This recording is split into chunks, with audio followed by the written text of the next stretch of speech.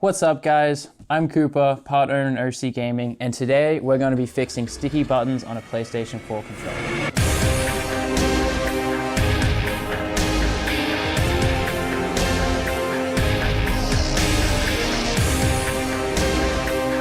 So, this controller looks like somebody spilled root beer, juice, Mountain Dew, something like that on it, and so the buttons, they're just really hard to press, they're just sticking, it's just no good. The tools you're going to need is a Phillips screwdriver. You're going to need a rag and some sort of rubbing alcohol.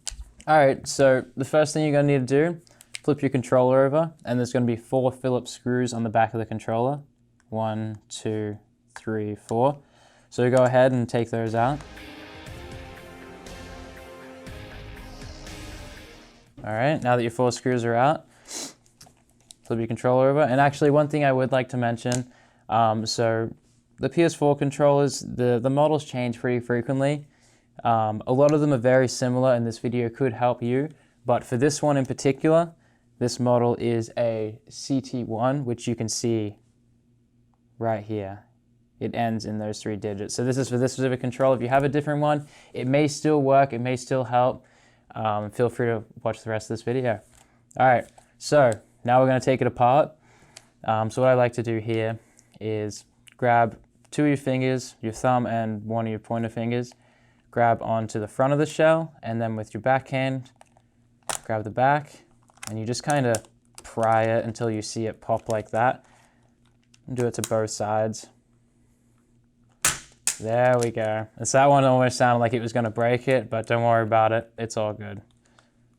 And so now that it's clipped open, we should be able to pop this over these triggers. You're going to want to make sure that these 2 triggers, that your shell is coming out over it, just like that. And now we can unplug our ribbon cable, just pull it out, just like that. All right, next step is to take out the battery. All you got to do here is just grab towards the bottom of the wires, just give it a good tug, it should come right out. Now we're going to take off this plastic piece.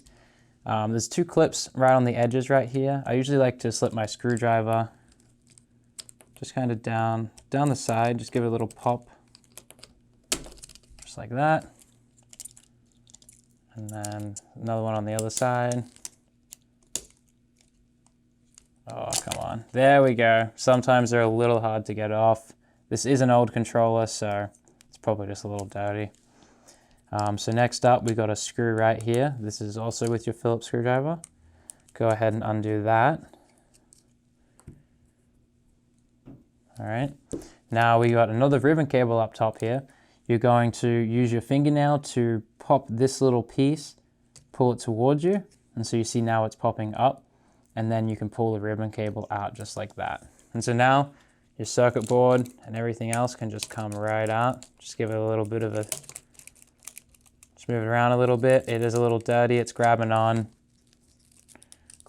the other shell pretty easily. All right, there we go. So this controller is very, very sticky, and so all these pieces are just completely stuck to it. And so right here, we're going to put that aside, and we're going to get down to it. So you can fix your controller with just the rubbing alcohol and a rag, but what I would like to do is just use a completely different set of buttons here, just to completely eliminate the problem. We're still going to need to clean it out. It's really hard to press out. Definitely needs to be fixed.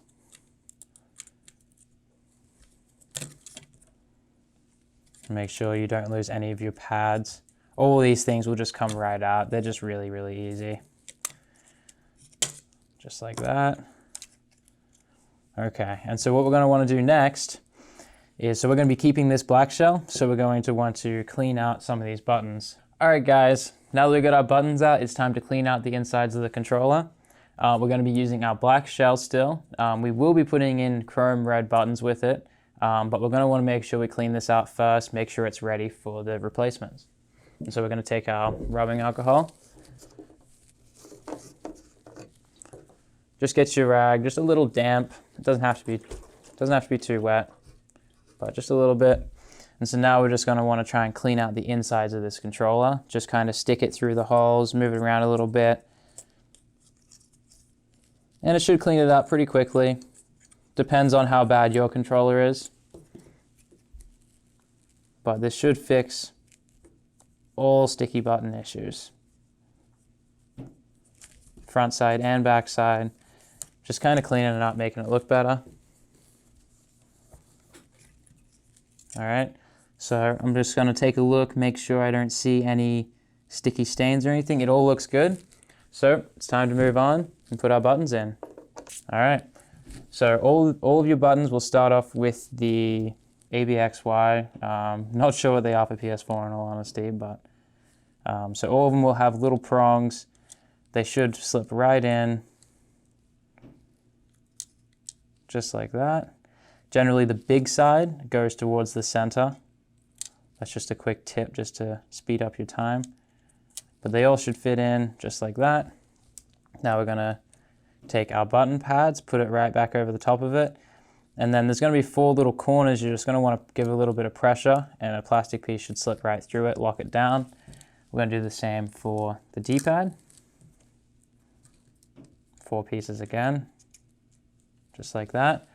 I'm going to take our home button. I like to keep the Sony home button in the controllers. I think it just looks just a little bit better. I personally prefer the look. And so this one just had 2 that clipped on.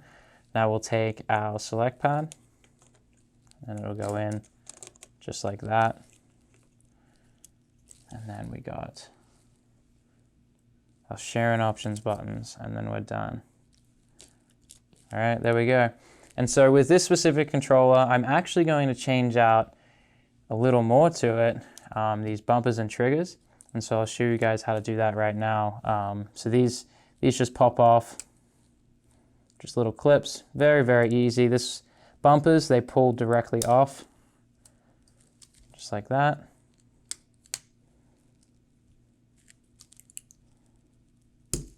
There we go. And so you're going to want to make sure that when you're putting the replacement parts on, you put the right and the left side on the right side. Believe it or not, there is potential to mess that up. And so we're going to take our right bumper, put that on, clips right on just like that. Going to take our right trigger, and so this is where you want to grab the spring that came out with it. And so you're going to want to put that over just like that. And then you're going to line it up and then just clip it in. And you're going to want to make sure that this pad underneath here looks like it's still firmly down. Otherwise, you may have problems with your triggers. And so we're going to do the same thing to the left side, just like that. Grab our springs.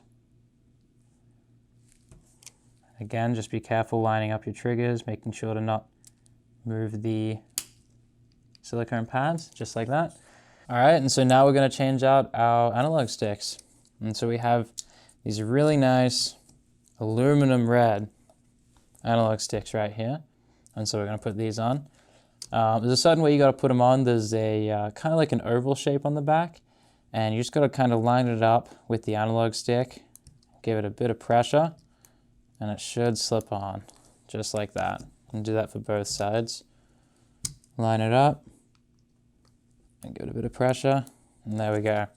All right, so now let's bring this piece back in and let's put the rest of this controller back together. All right guys, so now what you're gonna wanna do is take your main circuit board and slip it right back over the top. Make sure to watch out for your ribbon cable, make sure that doesn't get pressed down with it. And so it should just slip right over just like that.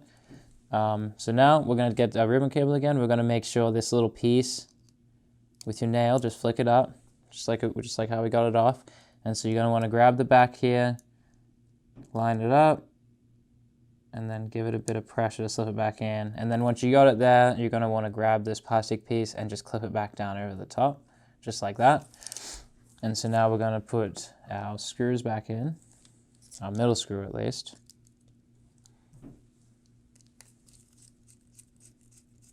Just like that. Next up, cover for the battery, Should clip in on 2 sides, just like that. Make sure you have your reset button. Take your battery. There's going to be little prongs that just kind of line it up, and so it'll fit in just like that. You can't put it in the wrong way, so you don't have to worry about it. All right, so now we're right at the end. We've got to put our back shell back on. So with this part, this would be the tricky part. Grab your ribbon cable, and you're going to want to kind of come in from the side. Make sure that the metal pieces on the ribbon cable connect to the metal pieces on the circuit board. In this case, the blue will be facing outwards. If you put it on the wrong way, your controller won't power on, so you want to make sure you do that. All right, so now that that's in, we're going to take our controller. We're going to hook the bottom of the controller over those 2 prongs down here. So we're going to hook that over, and then right over the triggers, you're going to push them down, pop them over the top, pull them in, and then your controller should just clip together, just like that. So now we're almost done. We just got to put our 4 screws back in, but the controller's already looking better. Buttons are pressing perfectly fine now, and so it's looking really nice. And so you just got your 4 screws on the back. If you guys have found this video helpful so far, feel free to leave a like and subscribe. We'll be making all kinds of fix-it videos and other gaming content specifically for gamers, so you guys should definitely check it out. Alrighty, now we've got our 4 screws back in. Controller is completely put back together, completely redone. Looks really, really nice. I would definitely recommend doing this to your controller if you have this problem. You can use your original Sony buttons with this. You just have to make sure you take the extra time to clean them off, because there's nothing worse than cleaning it halfway, putting it back together, then having to take it apart again and do the same thing. But it will get your controller to work, and I hope you guys found this video helpful. So like I said, guys, if you found this video helpful, please leave a like and subscribe. We really appreciate it. If you guys are interested in getting one of these controllers yourself, but maybe you don't want to customize it, feel free to check out our website in the link down below. See you next time.